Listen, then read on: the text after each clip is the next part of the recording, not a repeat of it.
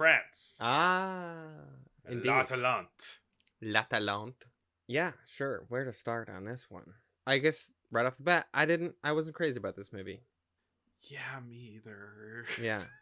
I know You know it's what's like well regarded, but it didn't do much for me. Maybe I just I didn't get it.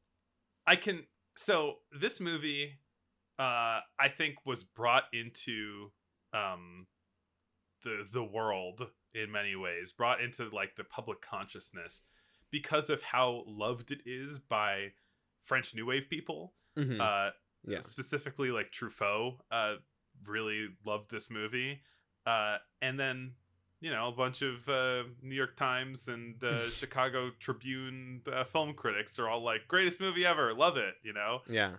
But I think it has some of the stuff about French New Wave movies that connect less with me, Mm. as far as this kind of meandering, I don't know, like awkward dialogue, or like kind of hyper real dialogue where everybody's just kind of like mumbling at each other or Right. It's, whatever. it's kind of a 30s mumblecore movie.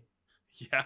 And yeah, it does have that kind of French. I haven't seen a lot of French New Wave movies, but it does kind of have that like embracing a lot of the kind of mundane and like everyday life stuff of like we're just gonna follow characters around as they kind of do everyday things. In this case, on a boat. Yeah, no, I found most of the characters in this to be really kind of off-putting. Yeah. um, and yeah, in general, just it was hard for me to get sort of emotionally invested in it.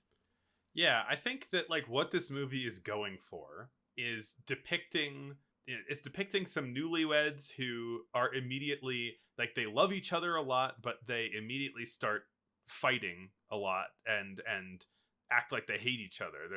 There's a first mate on the boat who mentions that the two of them are always either kissing or fighting, and that's like basically the entire movie. And I think the idea of the movie is them kind of rediscovering their love for each other, or like finding their way through these Hmm. kind of like petty squabbles. But something about all of the nature of all of the squabbles felt like fundamentally invalidating to the Yeah, authenticity of their love to me, right. It did. I was sort of left feeling like these people probably just shouldn't be married. They seem like they just don't get along in general. Yeah.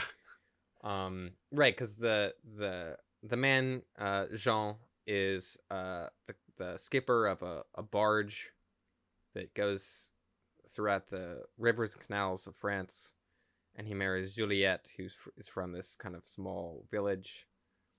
And kind of right away, Juliette is like, I don't really like living on a boat, which seems like maybe a red flag that you married a boat captain and now live on a boat.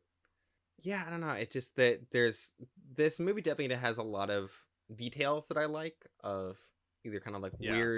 weird character moments. There's some really great cinematography in it. There's a lot of like low angles and kind of like industrial landscapes, which I feel like we haven't seen a lot of outside of maybe some of the, like city symphony type movies. There's some like references to the Great Depression in France, which is something that I thought was interesting. Lines for getting hired into like day Yeah, work at places. yeah, it's like the kind of central relationship of the movie. It doesn't really. It's not that it feels dishonest, but it just feels like I'm not invested in it. I'm like, no, these people shouldn't be together. This is bad. Yeah. There's something that's sort of set up toward the beginning of the movie, which is Juliette saying that when you look deep into the water, when you put your head into the water, you see the person that you love kind of appear in the water. And Jean starts like sticking his head in the water. And he's like, I don't see anything. I don't see anything. And she's like, take this seriously. It's just like it's real, it's real. But it kind of becomes this motif that wraps back around uh, at a point in the movie, at their sort of lowest point. They sort of angrily separate from each other. Juliette really wants to see Paris, and because of some convoluted circumstances, like she's not able to. And they could stay a little while longer, but he's like, I'm the boat skipper. I got to keep going. And it's overnight. She kind of sneaks out to go and see Paris, even though he told her not to go. And then when he sees that she's left, he's like, "This is the worst insult that could happen to me," and he leaves the boat. He leaves her to be on her own. She only has what's on her back, and she has to find work and food for at least a couple days. She has money initially, but then it gets stolen. Because she's trying to buy a train ticket and someone steals her bag. There's also the whole thing with the sort of traveling salesman / magician that they run into. Another Harpo Marx type, one could say. Yeah. He's just this very annoying guy that's trying to dance with Juliet and kind of steal her away. And has like, he's like, "Hey, you want to buy a scarf?" and pulls like 20 scarves out of his sleeves. He's charming in a way. I don't know. He has a very kind of like French clown / traveling salesman thing going on that I don't know. I found very irritating.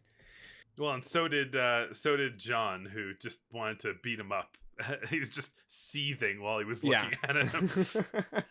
But yeah, as they separate, and yeah, he's mad at her for kind of dancing with that guy and all that.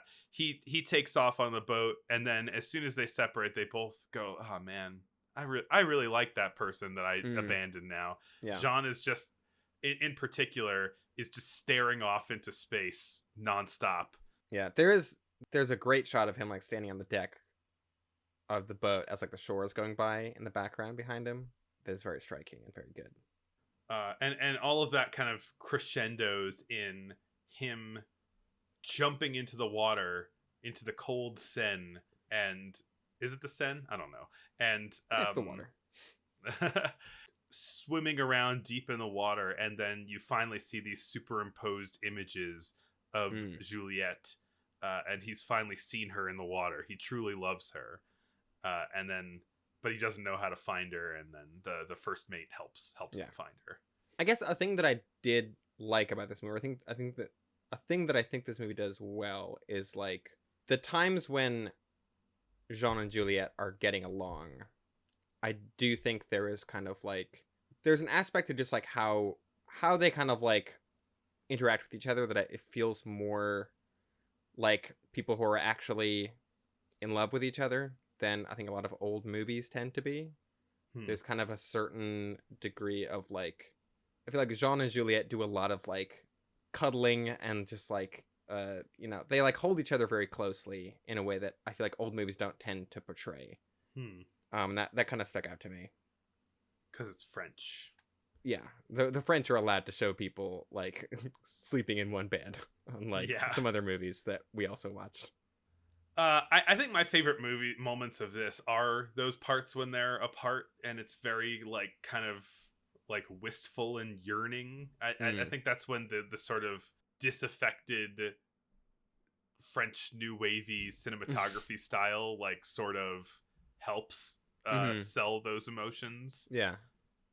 But yeah, I just had a hard time with this movie.